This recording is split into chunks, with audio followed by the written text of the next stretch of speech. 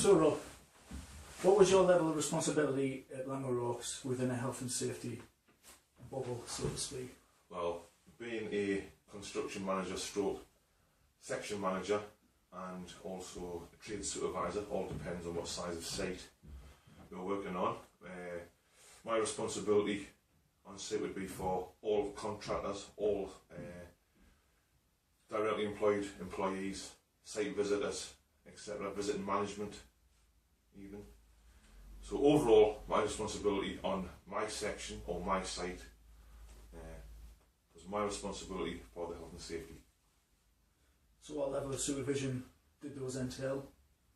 Like, were you the only person in charge, or did you have subsections that did certain areas, or would that again depend on the size of the site? It would depend on the size of the site. You could also have another manager working alongside you.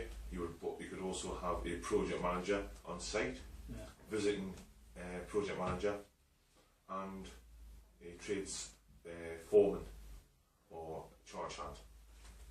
How did you actually undertake your training? Training would be usually off-site, various locations around the country to whichever course was run at the time. So anywhere from Manchester to Yorkshire to Scotland. But also you could have on-site training if there was enough staff there, etc., to warrant a module. So it was in case of like you were doing a certain project at one building site, there wasn't health and safety for that specific site, it was like a group from all around the region type of thing for an overall health and safety, not a site specific one. There could be site specific also. If there's a lot of temporary works on site, etc., you'd have to undergo temporary works training, which I did. So I was a temporary works inspector. A lot of scaffolding site, you would do scaffold inspections. So if it was site specific and you didn't have that training at that time, yes, you would have to undergo that training to complete the works. Got you. So who else is present in these collective training things? Just similar roles to you, or? Yeah, it could be anywhere from a foreman, supervisor, up to project manager. Just Langeroaks employees though? No, not always. You could be there with other contractors. Ones that you more general ones in sort of first aid training, or confined spaces, something like that. Yes, you could have a mixture. It would be an external company rather than Langeroaks' own trainers who've done the work. So after you've done this training, like off-site, you then go back on-site, and how do you distribute that? Well, overall distribution of, so you could anywhere from daily activity briefings, we would also do task sheets, method statements, risk assessments for individual works or overall works. Right. And in the case of scaffold inspection, would obviously you would inspect all scaffolding site and all temporary works. So directly on site, I would control and inform all personnel. So while you're undergoing this training, or actually distributing this like information you've got around site, what challenges did you actually come up against? If it was something completely new, 2 or 3 days training can't really gear you up for everything, every eventuality on site. So you've got to have a little bit of backup information there. So handouts, information you would gather off health and safety websites, or as in the case of Langeroaks, their safety management system online.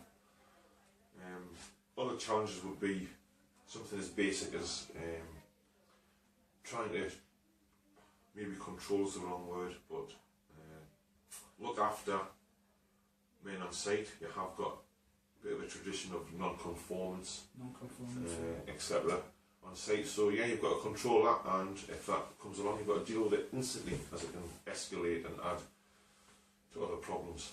So was it harder, say, like for the level of interest that you guys had to do as the main contractors, keeping that level of interest to the subcontractors and the ones below them as well? Yeah, that can be quite frustrating.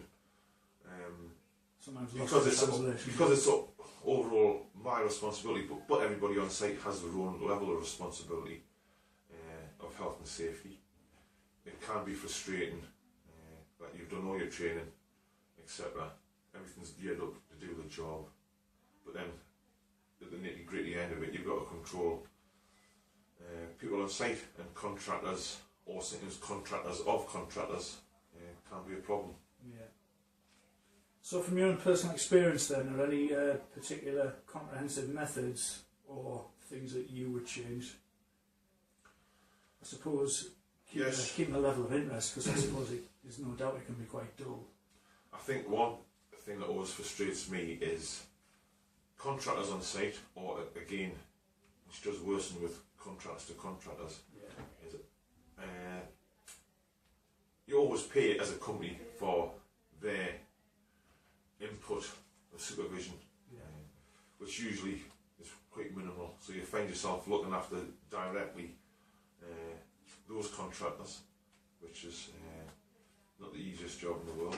Yeah. So yeah, I would enforce, or I usually do enforce, that their supervision is on site at all times. Or you do get a visiting manager who might come once a week for an hour, which to me is no good, because you've missed 99% of the week. Yeah, of course. I suppose though, I mean, I know Langham Oaks are pretty hot in health and safety now, with things that happened in the past. Would you say that you were overall satisfied with their current, or can you see big differences between Langhams and say someone else? Yeah, I think there's a few big contractors who've got the same initiative as Langham Oak, but having worked for them for the last 11 years and not had a great deal of experience with other contractors, I would say yes, they are good. They do keep the interest levels up. They do persevere with the training. Right. And I would say overall, yes, they are a good contractor, health and safety wise, and no doubt going to be, I would say, if not one of the best now, will be one of the best in the future. Right, yeah. Thanks a lot, Rob. No problem. Very insightful. Yeah, thanks.